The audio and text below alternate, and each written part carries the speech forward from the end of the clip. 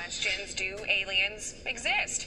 Our next guest says we may know that answer in less than a month because he's found possible evidence of their existence at the bottom of the Pacific Ocean. Harvard science professor Avi Loeb joins us now with more on his groundbreaking study.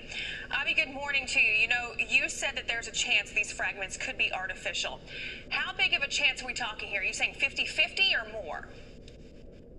Thanks for having me. Well, this object was moving very fast, faster than 95% of the stars near the sun, and it also had material strength tougher than all the rocks we had seen over the past decade in the NASA catalog.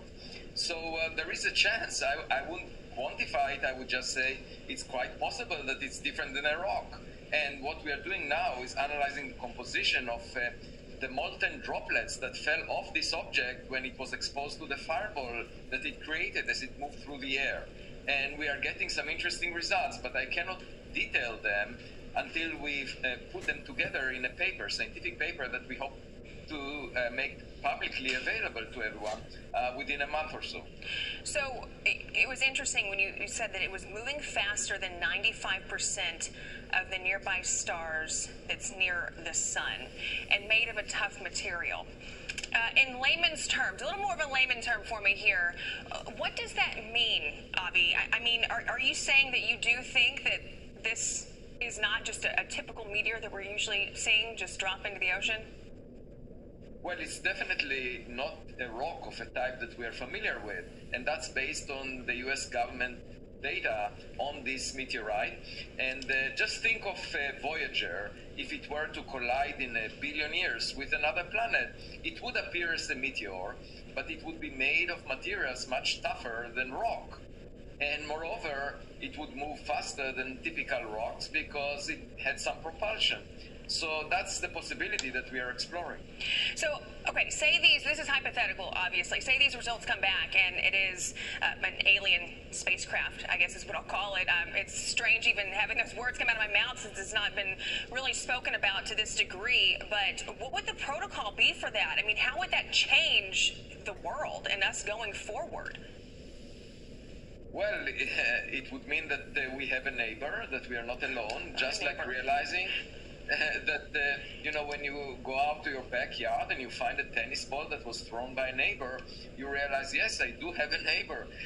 That's the basic change to our perspective about our place in the universe. And the next question is, of course, is that civilization much more advanced than we are? Because then we can learn from them. But it would be a fundamental change. And as you know, there was an eyewitness testimony at the U.S. House of Representatives just 10 days ago.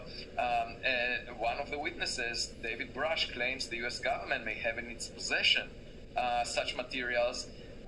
We don't know if it's real or not. For that, we need the government to step forward and provide more evidence.